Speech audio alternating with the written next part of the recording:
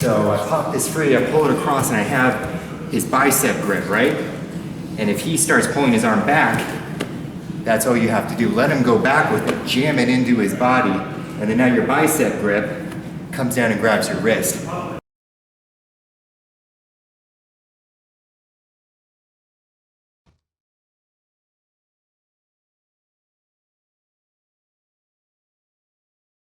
Okay, we're going to do a Yoko Wakare here, and we're going to do basically a Keylock type grip, It's like figure a reverse four. figure four. Or... Yeah, reverse figure four type grip. You're going to see what it is here. So let's just go through it, Derek. Why don't you throw it once with Mike here, sure. Just throw them, and then we'll let you coach it through.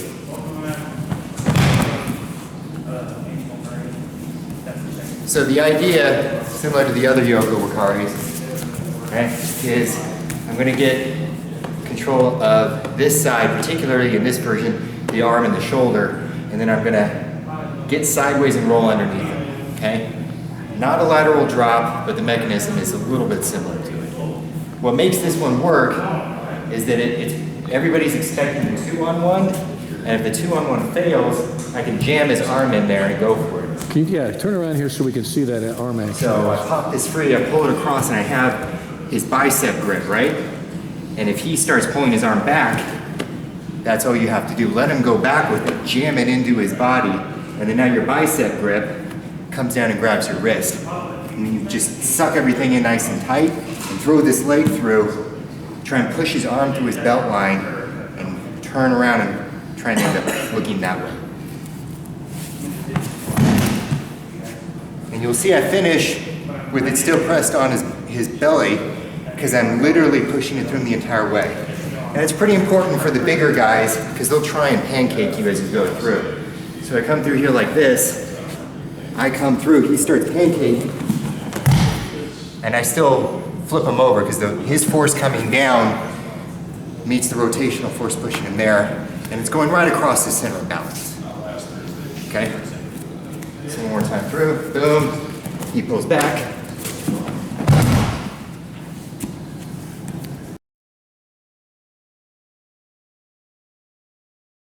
Now, could you use that same setup, exactly same setup, instead of swinging your leg outside his two legs, you can go between his legs. Can you show that one as well? So this one, I think, is even better because it's hard for them to pancake you so much. And there's a lot of different follow-ups that you can do from there. Come through here like this, set this up again, but this time I'm going to slide straight through there. Everything else, exactly the same. Push against his belly. Keep this in super tight, keep his elbow in your chest, try and turn and look that way, all the way through. But since I'm sliding through that way, it makes it even easier to get under his center of gravity. Right. This way.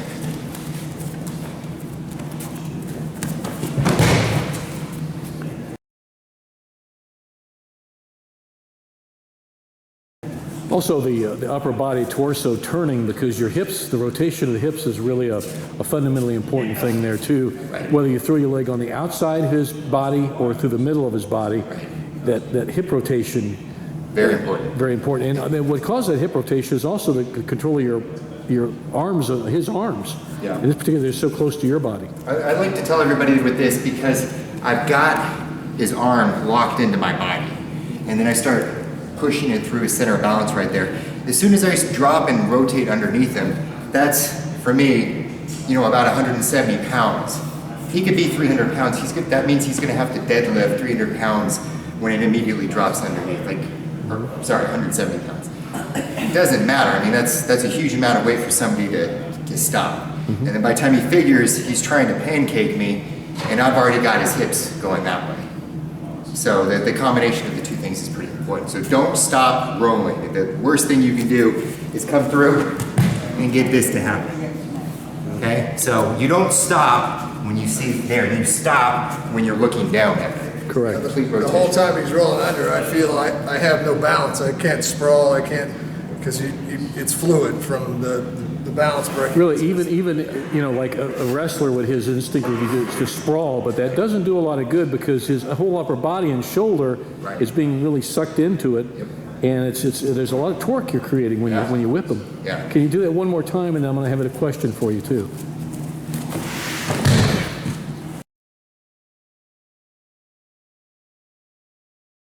Okay. Now, realistically, setting that grip up, that's where people will say, well, okay, that's a cool throw, but realistically, how do I get that grip? Okay, so any 2-on-1 entry that you have is going to work fine. Some people call it a Russian grip. Okay, sometimes I don't even worry about that. I try and catch a hold of a sleeve, and then if the first few grip breaks don't work, okay, or my drags into the 2-on-1 don't work, all I'm going to do is I'm just going to come through here like this and then bring that up. And right about here, he thinks twice about keeping a hold of that, or he starts rotating around. And then that comes right there. Yeah, and that's what'll happen a lot. A skilled grappler, skilled wrestler, Sambo guy, Judo guy, he will turn into you. That literally sucks him into a problem. Right.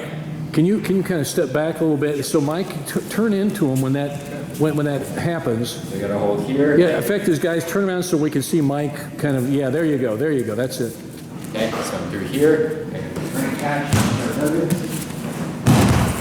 That's right, yeah. Okay, now if you're practicing your grip breaks, which all of you should be, boys and girls, he has a hold of that pop free, right? Then you drag across and bring under. Okay, the only difference here is as I pull through, I'm gonna just put my thumb right there and then push back in. Don't get it here and try and do that, okay? Keep your hand right on the bicep and push that back in and then clamp down on it. Yeah, the key thing to point out to everybody is don't get overly fancy on that grip. What you want to do, by pushing his hand in his body, you are isolating his hand and just parking it there, and he's lost control of it. You've basically killed the use of his hand and his whole shoulder too. So that's why you're doing this. You'll find this happens a lot when you're trying to get your longer and your medium range grips to work, and he's not doing it. He's fighting, but he's not counter gripping. He's bringing his elbows in, he's T-Rexing you, and you end up in these fights like this, okay? And there you go, okay? He's got this short T-Rex thing going. He's not letting me break free here like this, but at the same time, he's not actively engaging by doing anything with it. He just doesn't want me to get a hold of that arm. So you can come around and push that back through. It also might be you have a 2-on-1, you know, whichever variation you prefer, and again, he starts squaring up like that, right? So he turns in to face me, okay? Boom, boom. Right, yeah. The idea is to really isolate that arm and use it against him. Yeah.